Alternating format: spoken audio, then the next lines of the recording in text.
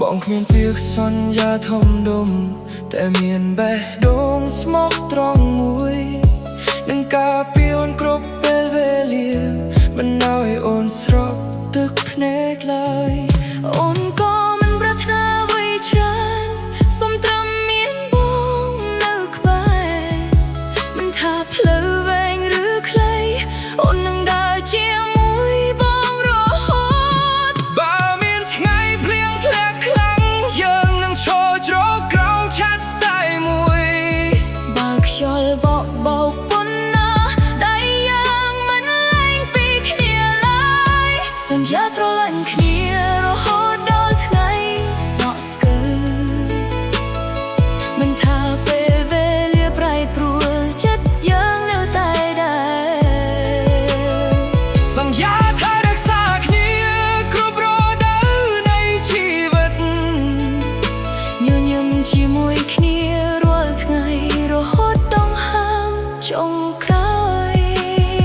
បើថ្ងៃណាបងអស់កម្លាំងស្នាមញញឹមអូនជាកម្លាំងចិត្តបងនឹងខិតខំគ្រប់យ៉ាងដើម្បីគ្រួសារដែលយើងស្រមៃបើថ្ងៃណាអូនមានទុក្ខបងជាមនុស្សដំបងអូនរកព្រោះបេះដូងយើងទាំងពីរបានคล้าย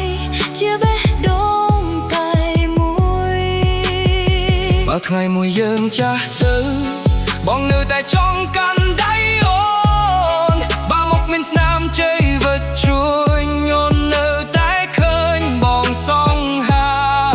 ពេលវេលាអាចផ្លាស់ប្ដូររូបរាងតែមិនអាចផ្លាស់ប្ដូរក្តីស្រឡាញ់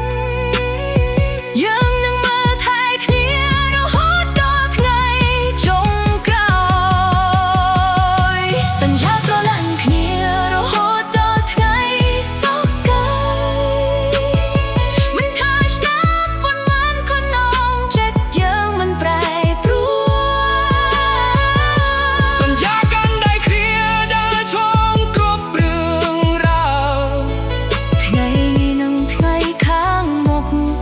មានតែពាក្យថាយើងសន្យាស្មោះជារៀងរហូ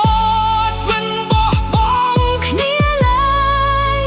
ថ្ងៃស្រឡាញ់របស់យើងនឹងរស់នៅអស់មួយជីវិតបងស្រឡាញ់អូនថ្ងៃនេះថ្ងៃស្អែកមិនគ្រប់ថ្ងៃបន្ទាល់អូនក៏ស្រឡាញ់បងរហូតដល់ពេលសក់ស្កើហើយនៅតែកាន់ដៃគ្នាមិនលែង